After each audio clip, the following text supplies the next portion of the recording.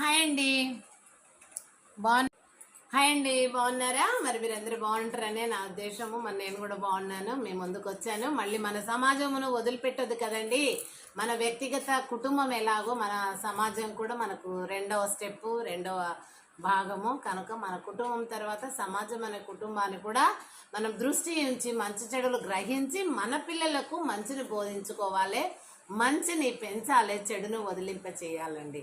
పెద్దవాళ్ళంగా ఉండి వాళ్ళు చెడిపోవద్దు. ఇంకోటి ఏంటంటే పిల్లల గురించి నేను ఎందుకు చెప్తున్నా అంటే పిల్లలు పాఠశాల నుండి మరి వాళ్ళు చెడిపోయేదాకనో లేకుంటే బాగుపడేదాకనో అని చెప్పుకుంటాం కదండి.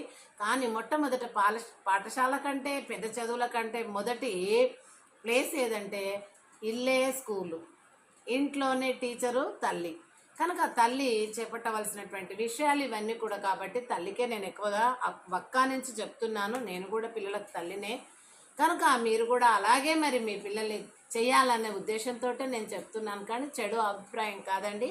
మీ పిల్లలైనా నా పిల్లలైనా సమాజ కుటుంబానికి పిల్లలే కనుక నా పిల్లలు మీ పిల్లలు అందరి పిల్లలు మంచిగా ఉంటారు. రేపు వాళ్ళకు పుట్టబోయే తరం వాళ్ళు కూడా మంచిగా వాళ్ళని నడుపుకుంటారు, వాళ్ళు కూడా అదే విధంగా పోషించుకుంటారు. కనుక మనం మన పిల్లల్ని సక్రమైన పద్ధతిలో వేషాధరణ కానీ, ఫోన్లు ఇవ్వకుండా కానీ, మరి పిచ్చి డ్రెస్సులు వేయకుండా కానీ, లేకుంటే కటింగ్లు పిచ్చిగా చేయకుండా కానీ, బైకులు చిన్న ఏజ్లో ఇప్పియకుండా కానీ, మరి ఫోన్లు ఇప్పియకుండా, ఇట్లాంటివి ఏవైతే మనం ఆనాడు వాడకుండా ఇంత చక్కగా ఉన్నామో ఆ పిల్లలు కూడా అది అలవాటు చేయమని చెప్పి మీకు చెప్తున్నానండి.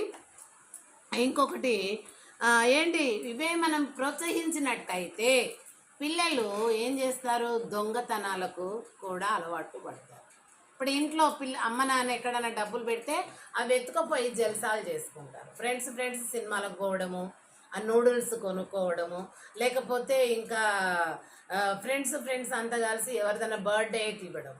ఒకవేళ అలాంటివి ఇంట్లోకి వెళ్ళి ఎత్తుకోపోయినా తర్వాత తల్లిదండ్రులు అడిగితే వాళ్ళ మీద తిరగబడతారు, వాళ్ళని అయోమయంలో పెడతారు. ఫస్ట్ మేము తీయలేదని, తర్వాత అవునంటారు, తిట్లు పడతారు. ఆ పిల్లలు కూడా కొంచెం స్టేజ్ పెరుగుతుంటే వాళ్ళు కూడా తిరగబడే స్థాయికి వస్తారు.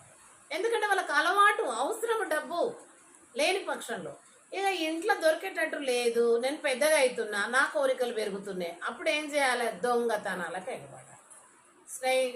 చైన్ స్నాకర్స్, ఏదో ఒక రకంగా పాకెట్ మనీ కొట్టువే. ఇవన్నీ ఇప్పుడంటే మనీ ఉండలేదు, అన్ని ఏటీఎంలు కాబట్టి అది చేయలేకపోతున్నారు బస్సుల్లో. కానీ చైన్ స్నాకర్స్గా కానీ ఇంకేదో రకరకాల వాళ్ళకి తోచిన విధంగా ఆ దొంగతనాలకు ఎగబడతారండి. తల్లిదండ్రులకు చెడ్డ పేరు, ఆ బస్తీలో ఉన్న వాళ్ళకి మీ బస్తీలో పిల్లోడు ఇట్లా అంటే చెడ్డ పేరు. కనుక ఇలాంటివన్నీ కూడా మనము తల్లిదండ్రులుగా తండ్రి కంటే ముందు తల్లి గమనించాలి.